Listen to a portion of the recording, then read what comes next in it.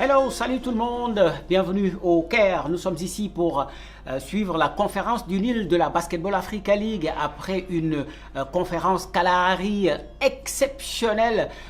Nous voici en Égypte, déjà pour vous, et on vous présente toutes nos excuses. Le temps a un peu manqué, on a perdu la première phase de cette conférence du Nil, mais n'empêche, on va faire un petit récapitulatif des matchs pour vous donner juste le tableau qui se présente comme suit.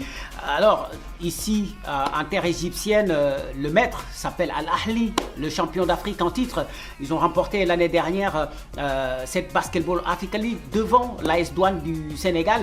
L'AS Douane qui va accueillir dans quelques semaines la conférence Sahara encore une fois.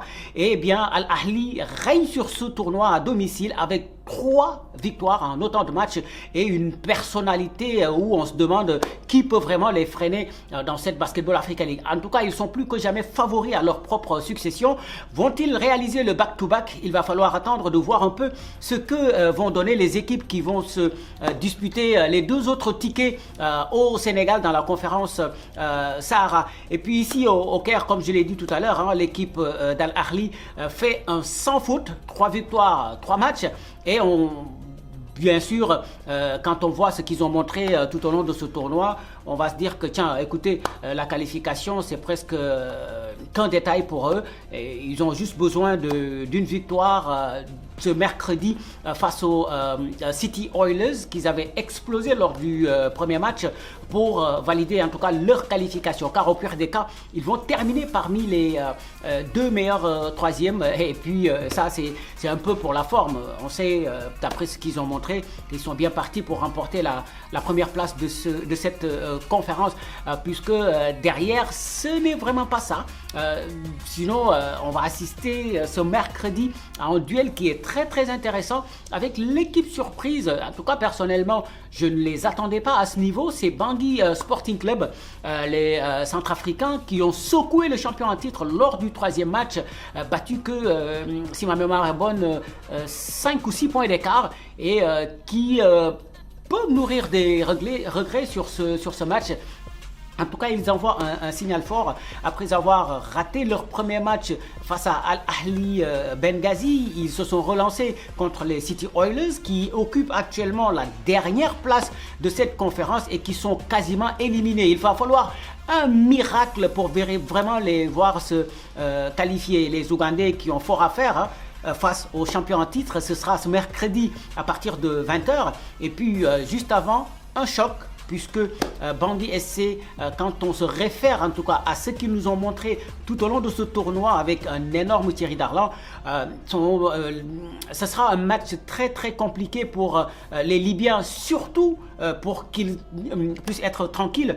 Il va falloir qu'ils évitent de répéter la même deuxième mi-temps qu'ils ont produite face aux City Oilers. Et puis bien évidemment on va revenir un peu sur ce qui s'est passé pendant cette première phase du tournoi, avec quelques réactions des joueurs qui se projettent et qui font un peu une petite lecture de ce qui s'est passé dans cette première partie de championnat, voir qu'est-ce qui a marché, qu'est-ce qui n'a pas marché, ce qu'il faut améliorer en vue des prochains matchs. Je vous propose juste quelques réactions.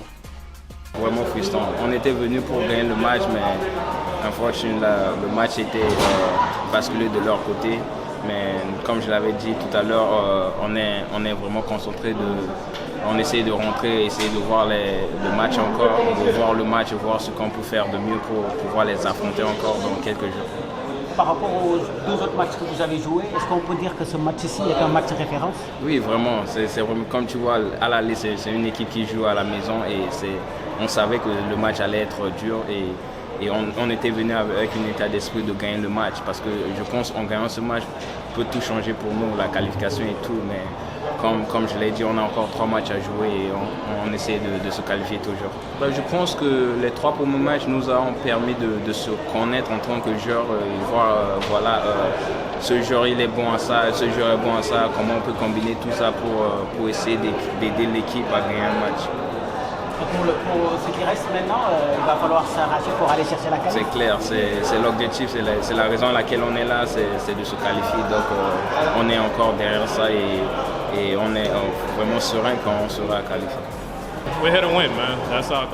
Nous sommes ici pour gagner, c'est notre objectif en tant qu'équipe, quelle que soit la situation. Peu importe qu'on gagne par 5, 20, 15 points, tant qu'on gagne, c'est parfait. C'est ce que nous avons à faire. Nous allons essayer de continuer ce que nous faisons, nous assurer de récupérer, de visionner des vidéos pour nous améliorer jour après jour, faire mieux que ce que nous avons fait 2 jours avant, 3 jours avant.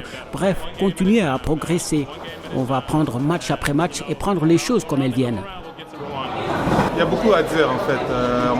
On est venus ensemble dans une petite période de temps et comme vous voyez, on essaie de s'améliorer de game en game.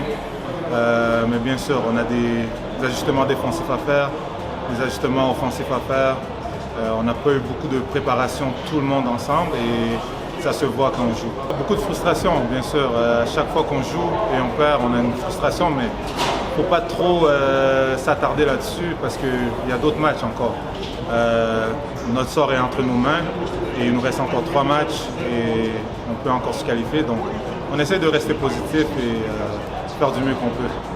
Maintenant, qu'est-ce qu'il faudra changer justement pour aller décrocher cette qualification après 3 défaites d'entrée? C'est vite après le match. Il faudrait que je retourne voir qu'est-ce que le coach a fait en termes de regarder la game et regarder un peu qu'est-ce qu'il faut qu'on fasse en termes d'ajustement tactique, défensif, offensif.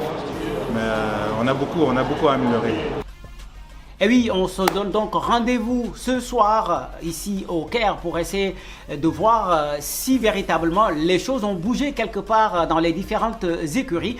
Et puis on se retrouve juste après les matchs pour faire un petit débriefing et surtout vous donner le déroulé de cette 4e journée de la Basketball Africa League. Je suis Wahani Johnson Sambou. Allez, à très bientôt.